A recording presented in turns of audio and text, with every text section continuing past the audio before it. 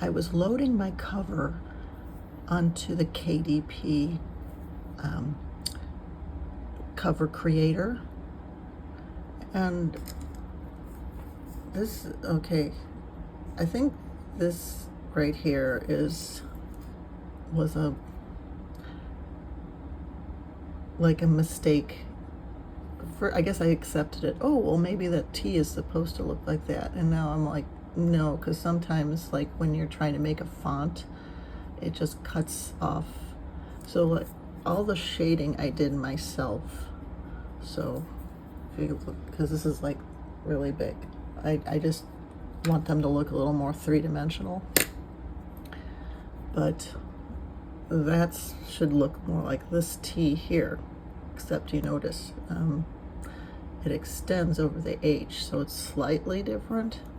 So what I did was I went up to this tool here and I copied this little part of the serif, or the top of the T, and I moved it here. Well, the other problem that I noticed when I had this on Cover Creator was there was a slight white line that was up here, so I kind of airbrushed some black.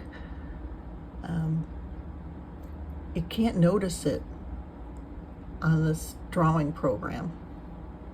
This is called Sketchbook, so I don't have anything really expensive, or this is the free to use. So because that's how my budget is right now. So anyway, what I did was I copied that little serif and I added it there, and you can see kind of right that, like, I can blend that in a little bit better.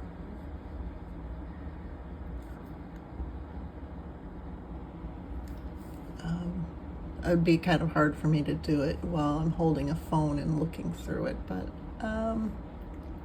let's see if I go down to these tools over here.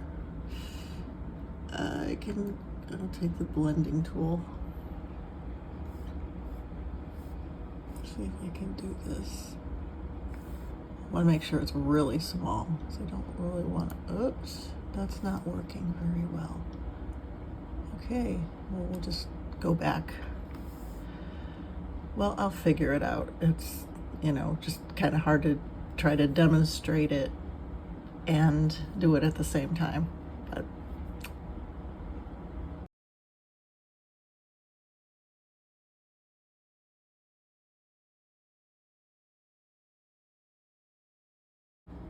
okay, I'm back. I was really bothered by how, I must have lightened this up or something, or, changed the contrast, but this was so light. And then I'd find, like, things out here on the side of the border that would be kind of spotty.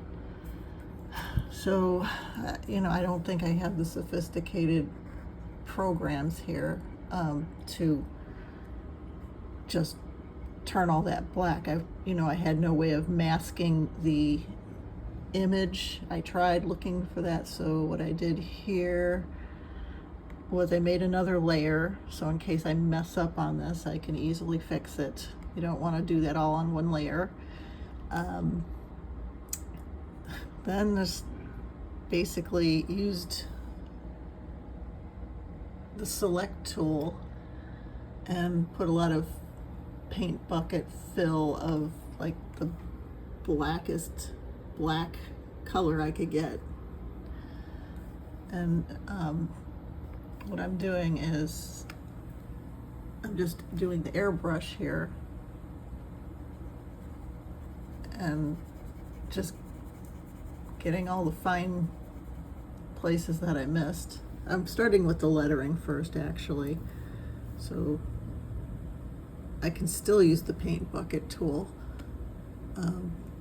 Like, if I do this is what I mean, so I can get, like, a large area done in black like that.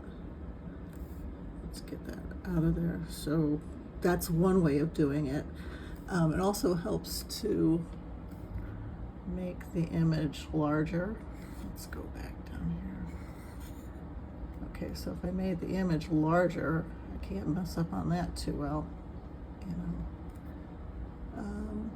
Okay, here we go. So let's just say, now I've got my phone in one hand, so it's like I'm trying to pay attention to too many things. So there's the paint bucket there, I just did that.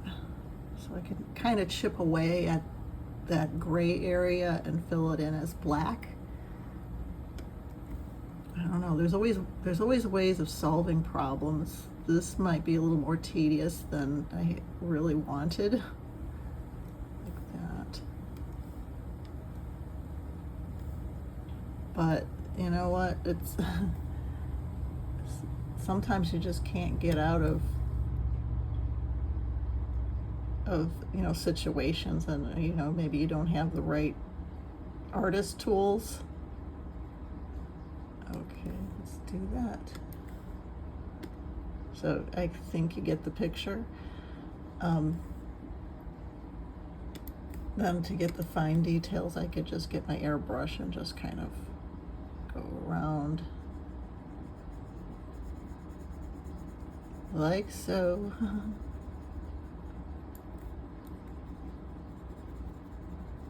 Yep, well, I have other things I have to do today. Well, I just wanted this, see, I might even just take like a darker brown here and even fix these letters. It's not reading as really this brown, because this is actually lighter coming through my camera than it is on the Mac. So alrighty, everyone have a nice day.